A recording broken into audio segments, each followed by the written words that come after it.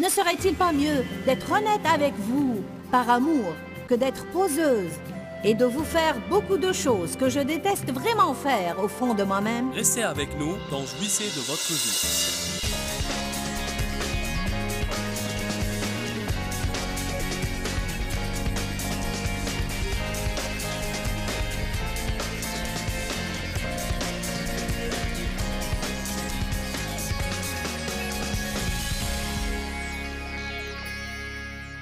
Mentir est admis et fréquent aujourd'hui dans notre société, et ceci est vraiment triste.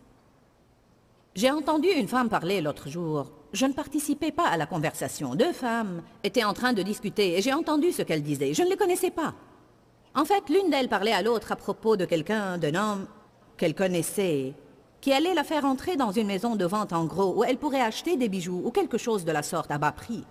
Et elle a dit, il m'a dit, on va te demander ton code d'imposition, mais dis que tu l'as oublié chez toi. Elle a dit, je leur ai dit que je l'ai oublié chez moi, et ça a marché. On m'a permis d'entrer. J'ai pensé, elle a obtenu les bijoux, mais elle a menti. Combien de gens mentent pour obtenir ce qu'ils pensent qu'ils veulent? Et je me demande combien de choses ils perdent dans leur vie parce qu'ils ont menti pour obtenir quelque chose. Certainement, nous n'allons pas penser que nous pouvons enfreindre les principes de Dieu et être bénis dans notre vie. Je me demande comment beaucoup de gens, même les chrétiens, arrivent en retard au travail car ils ne partent pas de chez eux à temps. Et quand leur patron leur en fait la remarque, il y avait un bouchon.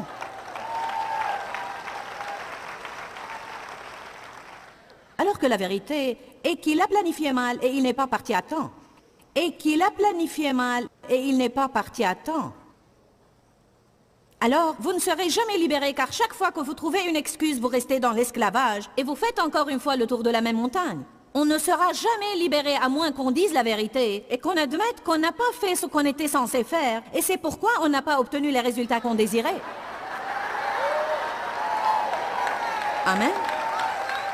Je me demande combien de fois les gens vont à un certain endroit en toute hâte et quand ils ne trouvent pas une place de stationnement assez proche, ils se garent dans la place des handicapés. Et leur conscience les condamne et ils savent très bien qu'il ne fallait pas qu'ils fassent cela. Mais ils disent, eh bien, je suis en hâte. Tout le monde fait ça et ils trouvent une autre excuse. Tout le monde fait ça, je suis en hâte, alors ça va. De toute façon, personne ne s'est garé ici. Il y a 15 places pour les handicapés. En plus, il y a beaucoup de places pour eux et pas suffisamment de places pour les gens ordinaires comme moi. Allez donc, allez! Menteur! Évidemment, je ne traite personne de menteur. J'essaie tout simplement de dire que quand nous faisons de telles choses, nous nous mentons. Et nous mentons à Dieu. Chaque fois que nous trouvons une excuse, nous mentons à Dieu et nous nous mentons à nous-mêmes. Vous n'êtes pas tous souriants. Certains d'entre vous pensent, je suis venu aujourd'hui pour trouver un réconfort. Ceci vous réconfortera au temps convenable.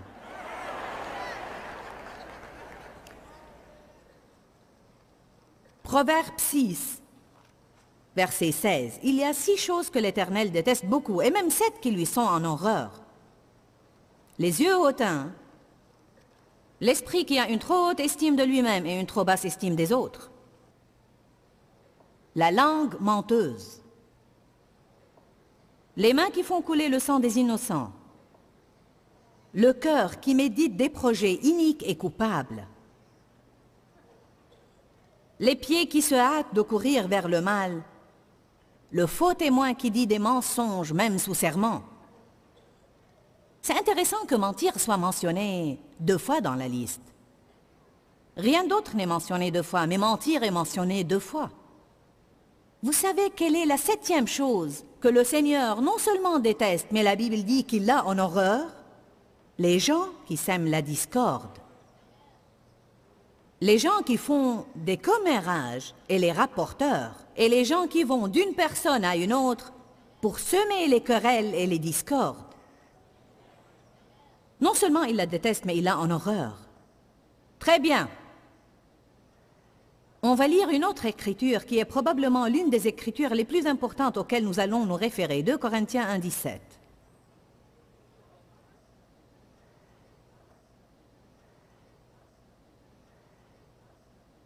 L'apôtre Paul dit, en formant ce projet, ai-je fait preuve de légèreté? Nous connaissons toute l'histoire ici, mais apparemment Paul avait changé de projet de voyage. Il comptait passer par chez eux en allant en Macédoine, et quelque chose l'a empêché de le faire.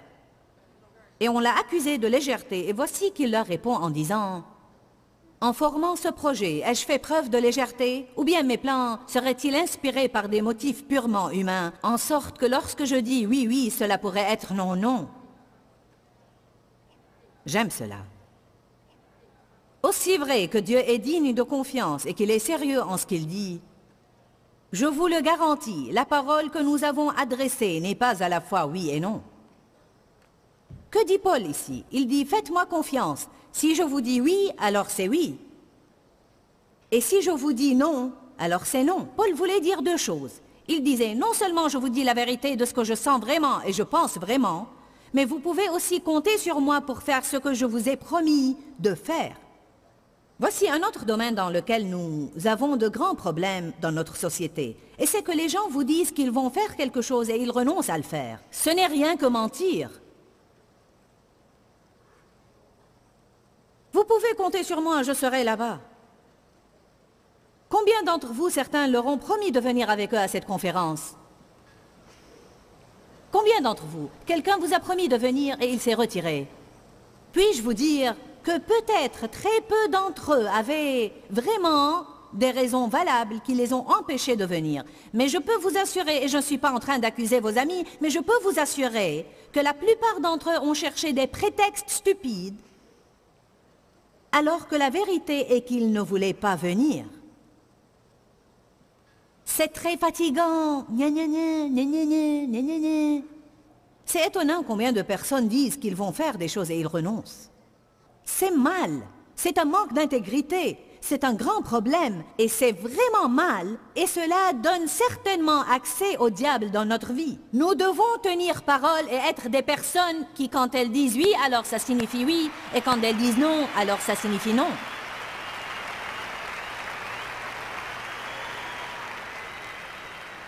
C'est facile d'applaudir ça, mais laissez-moi vous dire comme il est difficile de le faire.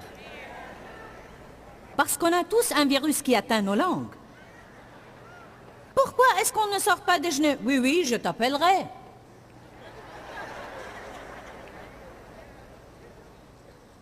Votre présence ici vous attribue une grande responsabilité. Car après avoir entendu ces choses-là, vous devez les mettre à exécution. C'est la vérité. Beaucoup de personnes ont des problèmes dans leur vie, mais ce sont les petits renards qui ravagent les vignes. Ce sont en fait les petites choses que nous faisons qui donnent de grands accès au diable. Éphésiens 4 dit que le soleil ne se couche pas sur votre colère et ne donnez pas accès au diable dans votre vie. Combien de gens vont au lit en colère et ils ne savent pas pourquoi ils ont des problèmes? Et quand Dieu a commencé à nous ouvrir les yeux il y a des années sur l'intégrité, il a dit, je bénirai votre ministère si vous marchez dans l'intégrité. Et vous tenez à vos promesses. Et on a combattu ce bon combat pendant des années. Et je vous dis qu'il n'est pas toujours facile de tenir à ses promesses et de faire ce qu'on a dit qu'on allait faire. Je me rappelle qu'il m'arrivait beaucoup de fois de m'engager à prêcher quelque part à un groupe de 25 personnes. Et il y a eu des temps où je recevais une invitation pour aller prêcher à des milliers et des milliers de personnes dans un endroit que je désirais vraiment visiter. Et je me sentais tentée d'appeler ce petit groupe et d'inventer une histoire pour renoncer à me présenter chez eux. Mais le Seigneur me disait, tu ne seras pas ointe si tu fais ça. Ça ne marchera pas. Tu ne seras pas béni si tu fais ça. Je ne crois pas que j'aurais reçu les bénédictions de Dieu dans ma vie si je n'avais pas tenu à mes promesses. Et parfois, tenir à vos promesses vous coûtera cher. Proverbe 15 dit, tenez à vos promesses même si ça va vous causer des blessures. En d'autres termes, donnez votre parole. Et même si ça va vous blesser, tenez parole. Nous parlons là du fait de marcher dans l'amour. Vous dites, qu'est-ce que ça a à voir avec l'amour? Beaucoup. Car si nous marchons dans l'amour avec Dieu, si nous aimons Dieu, nous lui dirons la vérité.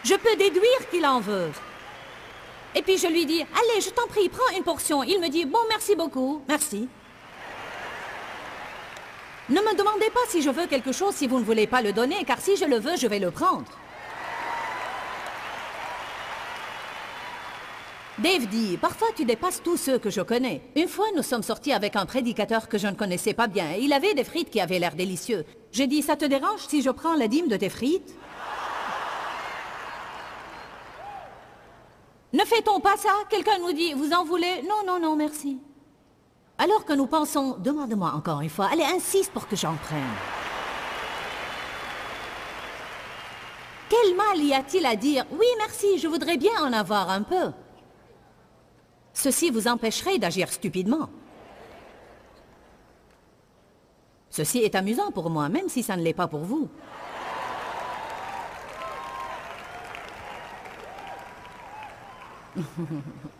Nous faisons semblant. Ah, je n'ai besoin de rien.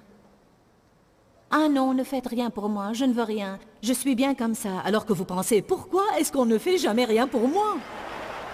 Beaucoup de gens ne sont pas honnêtes concernant leurs besoins. Ils ne sont même pas honnêtes avec eux-mêmes concernant leurs besoins. J'avais à me dire que j'étais insupportable avant de voir un changement dans ma vie. J'avais à me dire que j'étais non équilibré et bourreau de travail avant d'être libéré du stress constant. Ensuite, j'avais à arrêter d'attribuer la responsabilité de ma frustration aux gens alors que je faisais moi-même mon programme. Et je me causais beaucoup d'ennuis. Et je me causais du stress et les autres n'avaient rien à voir avec ça, c'était de ma faute. Peut-être que beaucoup de gens qui sont présents ici ou qui sont assis devant leur télé sont stressés tout le temps et ils rejettent la responsabilité sur leur programme. Et ils en veulent à leurs enfants et à tout le monde. Vous savez ce que Dieu m'a dit? Écoute Joyce, c'est toi qui fais ton programme, pas moi. Qu'est-ce qui se passerait, à votre avis, si on commençait à dire non à certaines choses auxquelles on voulait vraiment dire non, au lieu de dire oui à tout, alors que nous pensons, comment puis-je ajouter encore une seule chose à mon programme? Mais je ne veux pas les rendre furieux. Je ne veux pas blesser leurs sentiments. Tu les traites pire en leur mentant qu'en leur disant la vérité. Ne serait-il pas mieux d'être honnête avec vous par amour que d'être poseuse et de vous faire beaucoup de choses que je déteste vraiment faire au fond de moi-même?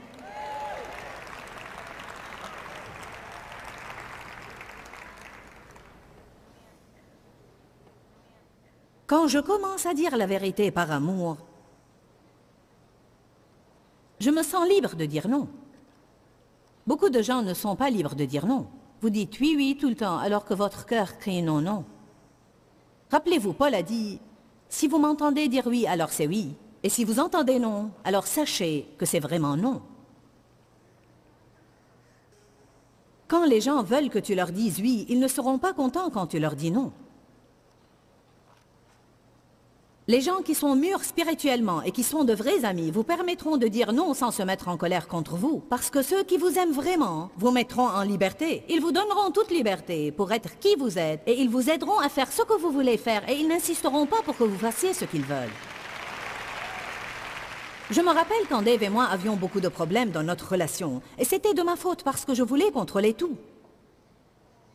Je manquais de sécurité, alors je voulais toujours que les gens me prouvent qu'ils m'aimaient vraiment. Les gens qui manquent de sécurité, vous avez du mal à avoir des relations avec eux parce que vous sentez que vous ne pouvez pas être honnête avec eux. Est-ce que je dis la vérité? Je me rappelle des moments où nous rentrions chez nous après ces conférences. Et Dave voulait aller au cours de golf. Il aime jouer au golf, c'est une chose qu'il aime vraiment faire. Pour lui, c'est vraiment une détente, c'est une échappatoire à la frustration pour lui. Je me mettais en colère contre lui parce que je pensais, je disais, tu ne cherches qu'à t'amuser. J'ai travaillé tout le week-end alors que tu ne faisais qu'écouter. Et maintenant nous allons rentrer chez nous et toi tu vas sortir pour t'amuser et me laisser seule. Mais je ne comprenais pas qu'il travaillait lui aussi. Mais d'une différente façon. Vous savez, il est difficile de s'asseoir comme ça, week-end après week-end après week-end et d'écouter la même chose encore et je ne sais combien de fois. Il doit certainement être fatigué quand il rentre chez lui.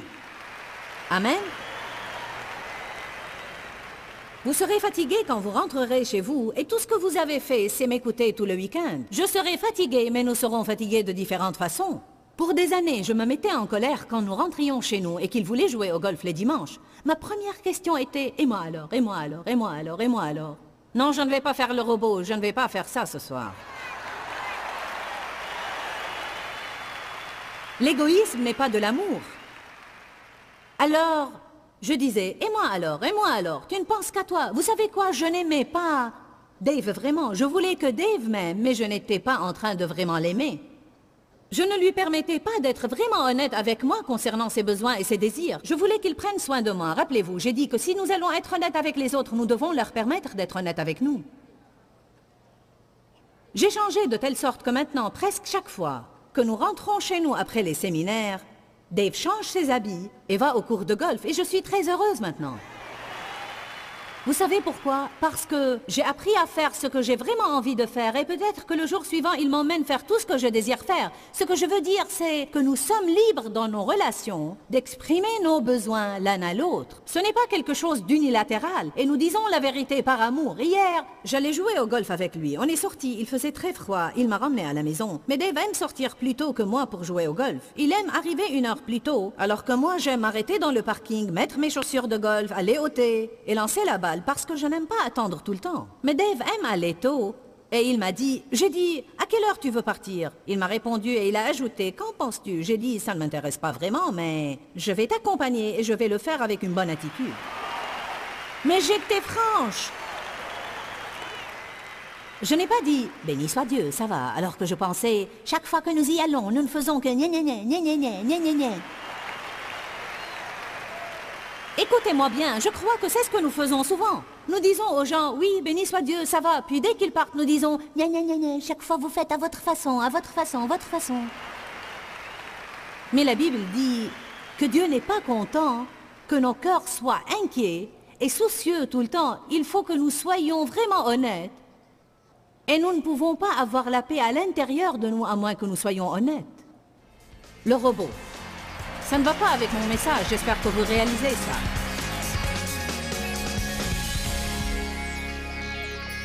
Dire la vérité par amour est un sujet très important. Je crois que nous pouvons dire que c'est un sujet délicat parce que la vérité blesse parfois et nous ne voulons pas blesser les autres.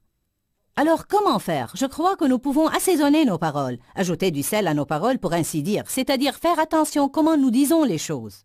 Nous pouvons dire les choses de la meilleure façon possible, d'une manière aussi douce que possible. La Bible dit dans Jean chapitre 8 que c'est la vérité mise en pratique dans notre vie qui nous affranchit. Je crois que même dans les relations, si nous ne sommes pas honnêtes, nous entravons le développement et le progrès de ces relations ainsi que notre cheminement dans l'amour. Alors je veux vous encourager à apprendre autant que possible à propos du fait de dire la vérité par amour. Et c'est ainsi que nous grandirons. N'oubliez pas qu'il y a la vie dans la parole. Quand, Seigneur, quand? Dans ce livret, Joyce Meyer vous apprend à faire confiance au temps de Dieu. Pour obtenir ce livret gratuitement, écrivez-nous à Joyce Meyer, boîte postale 40095-6300, Larnaca, Chypre. Ou bien visitez notre site web www.joycemeyer.org/fr.